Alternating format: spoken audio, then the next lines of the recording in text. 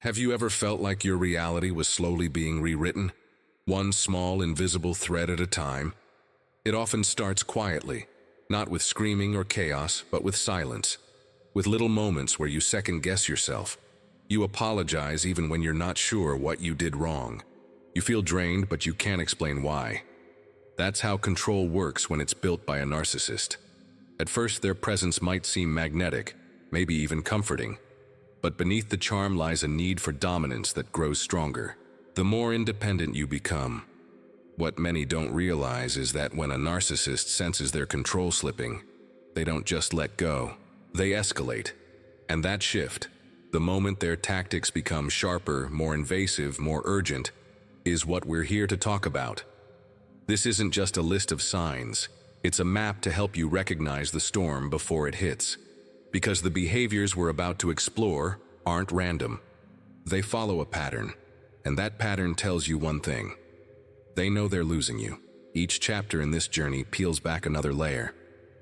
You'll see how manipulation evolves from subtle to severe. You'll understand how their desperation disguises itself as affection, and it all begins with something that sounds harmless, almost sincere, a simple, well-placed apology. But behind those words, something much darker is at play. It's strange, isn't it? How a single "I'm sorry" can make you pause, even after everything. But when it comes from a narcissist, that apology is rarely what it seems. It's not about healing. It's about control. They know you're starting to pull away. Maybe you've finally begun to set boundaries, or maybe you're just emotionally unavailable in ways they can feel. So what do? They extend an olive branch, but with thorns. I'm sorry you feel that way. I never meant for you to take it like that. These aren't real apologies, they're traps. Rather than taking accountability, they twist the pain back onto you. You become the one who's too sensitive, too dramatic, or misunderstanding. And suddenly you're the one questioning your reaction, wondering if maybe they really didn't mean it that way. But here's what's crucial. Real apologies are followed by real change. Narcissists rarely change because they believe the rules don't apply to them. What they want is to re-enter your emotional space just long enough to regain control. Then everything goes back to how it was, sometimes worse. This apology is a reset button for the cycle of manipulation. It's not about reconnection, it's a tactical retreat, one that gives them time to reframe themselves in your eyes as someone worthy of forgiveness, or even sympathy. And if that doesn't work, if you don't come running back after their performance of remorse, they move to the next level. Because if pretending to change doesn't pull you back in, maybe reminding you of what you once loved about them will. That's when the cycle of idealization starts all over again. And the next tactic, it's seduction disguised as redemption. Just when you thought you were done, when the silence felt like freedom instead of punishment, they show up again, not with apologies this time, but with sweetness, attention, charm, the exact version of themselves you fell for in the beginning. And for a moment, it feels like maybe, just maybe, they've changed. This is what's known as hoovering. Like a vacuum, they suck you back in with memories, nostalgia, or emotional intensity that clouds your judgment. They suddenly remember your favorite song, text you at midnight saying they miss your energy, or bring up that trip you once dreamed of taking together. You want to believe it's real. That maybe they finally saw what they did wrong. But what's really happening is a calculated reenactment of the honeymoon phase, strategically performed to reopen the emotional doors you've been trying so hard to close. And when they feel you're back under their influence, the mask drops. What follows is often cold, abrupt, and deeply confusing. The warmth disappears, messages stop, promises evaporate. You're left questioning yourself again, wondering how it went from hope to hollowness so fast. This is the discard phase. Not because you're unworthy, but because your value was never about you to begin with. You were a mirror to their ego, or tool for validation, control, admiration. And once that purpose is fulfilled or challenged, they step back without warning, just enough to destabilize you, to make you crave what they pretended to offer. But if reenacting the past fails, they'll try something else, something that feels like fate. Because sometimes the next tactic doesn't arrive in words or messages. It walks past you on the street, stands near you at the coffee shop, and makes you wonder, was that just a coincidence? You're finally breathing again. You've stopped checking your phone, you've started remembering who you were before them. And then, there they are, in the cafe near your work, at your regular grocery store, on the exact walking path you take every Sunday morning. At first you freeze. What are the odds? But deep down something feels off. Too timely, too perfect. This is no coincidence. It's a calculated reappearance. Narcissists know your patterns, your favorite places, your routines, the people you tend to be around. And when direct contact fails, they orchestrate these accidental run-ins to spark confusion and emotional reattachment. They don't need to say much. Sometimes just a glance is enough. Just standing there looking surprised, maybe even vulnerable. The aim isn't to talk, it's to trigger. To stir up old memories, familiar emotions, lingering guilt, or unresolved longing. It's a psychological ambush. Because when you see them, your mind replays everything. The good moments, the hopes, the versions of them you once believed in. For a second, the pain blurs and they count on that. If you do speak, they may drop subtle lines. I didn't think I'd run into you. I've been doing a lot of thinking. They may hint at change, hint at loss, hint at missing you. But it's all smoke. This isn't reconnection, it's reactivation. And if this emotional spark leads to hesitation on your part, they'll see it as an open door, a chance to escalate, because now they know your defenses are shaky. And that's when the manipulation begins to deepen. Not with charm this time, but with pain, guilt, and emotional weight too heavy to ignore. Sometimes they don't need to chase you. They just need to make you feel like walking away is an act of cruelty. That's how emotional manipulation begins. Subtle, quiet, but powerfully effective. After those staged encounters, if you didn't take the bait, they may switch tones. No more pretending. Now they lean on your empathy, your kindness, your exhaustion. They paint themselves as the victim. Everyone leaves me. I'm just trying to heal. You're the only one who ever saw the real me. And suddenly, you're not protecting yourself, you're questioning yourself. You wonder if you're being too cold, too unforgiving, too harsh. They know exactly how to frame their pain to make you feel responsible for it. It's not that they hurt you, it's that you gave up on them. And if they sense even the smallest crack in your emotional armor, they widen it.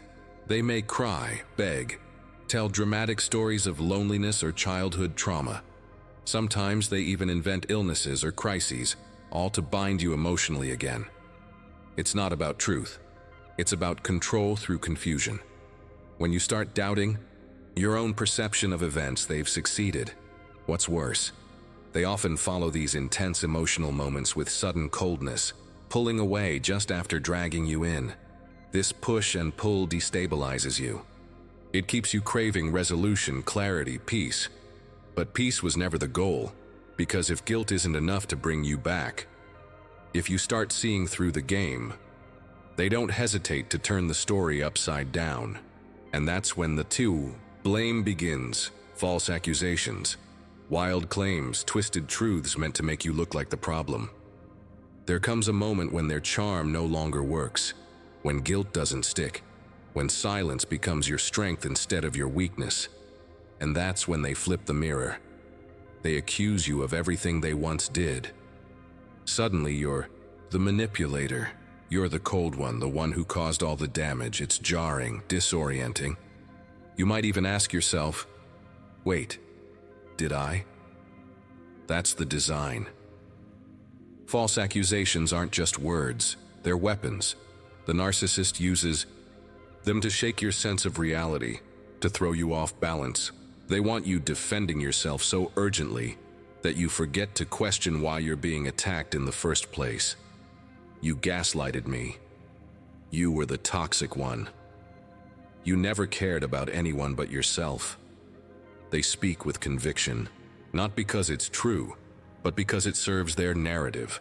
By accusing you, they redirect attention away from their behavior. They cast themselves as the victim, and you as the unstable aggressor. And if others are listening, these lies become seeds.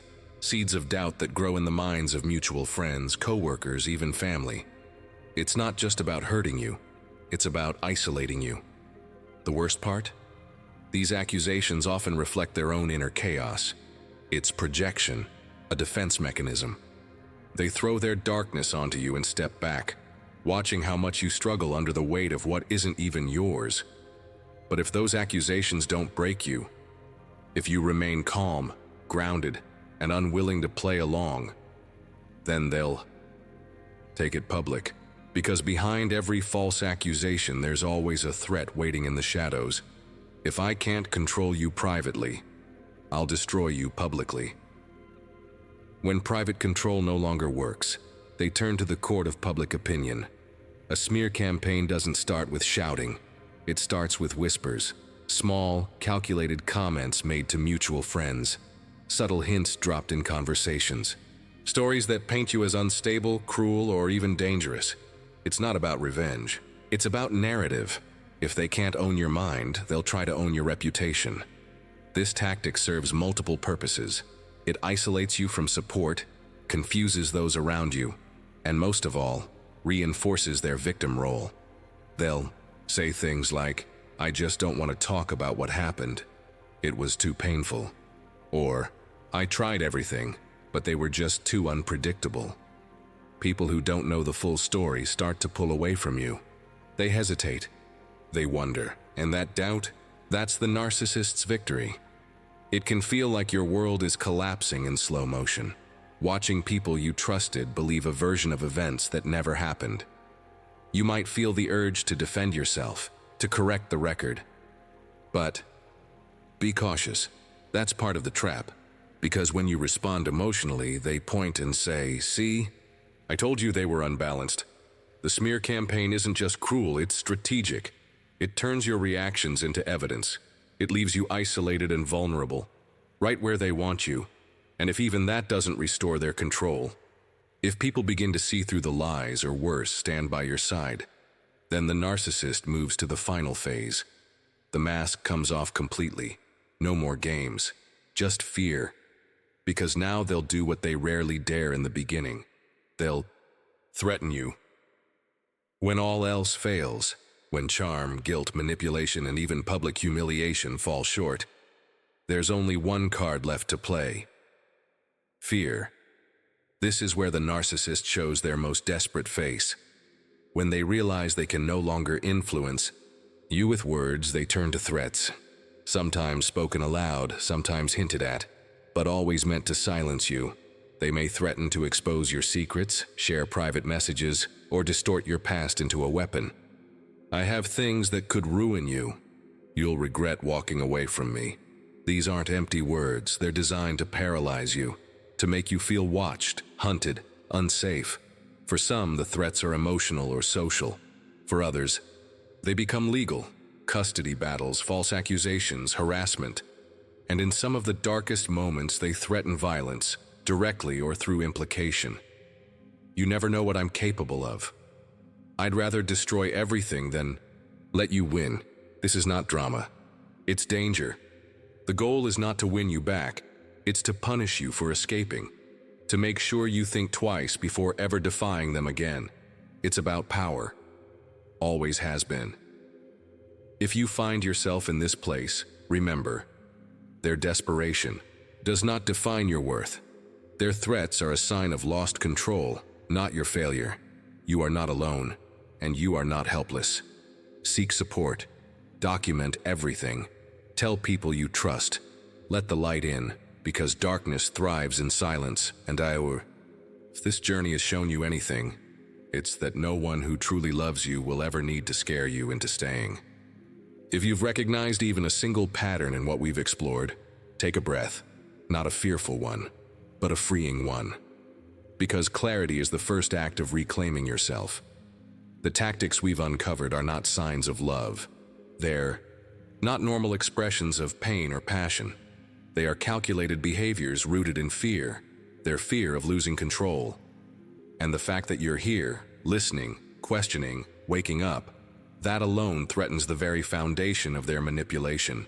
You don't owe anyone your silence. You don't owe anyone the pieces they shattered inside you. Healing doesn't begin with confrontation. It begins with understanding. And that's what you've done today. You've looked directly at the storm and named it. That's power. If you're still in the grip of one of these cycles, know this: escape is not just possible, it's your right. Your emotional safety is not negotiable. Your peace is not a luxury, it's a necessity. Don't rush the process. Don't shame your pace. You're not behind. You're alive, and that matters more than anything. And if you've already walked away, but the echoes still linger, this is your reminder you did the hardest part. Now it's time to rebuild on your terms, with people who see you, hear you, and never need to break you to feel whole. You're not here to be controlled. You're here to be free.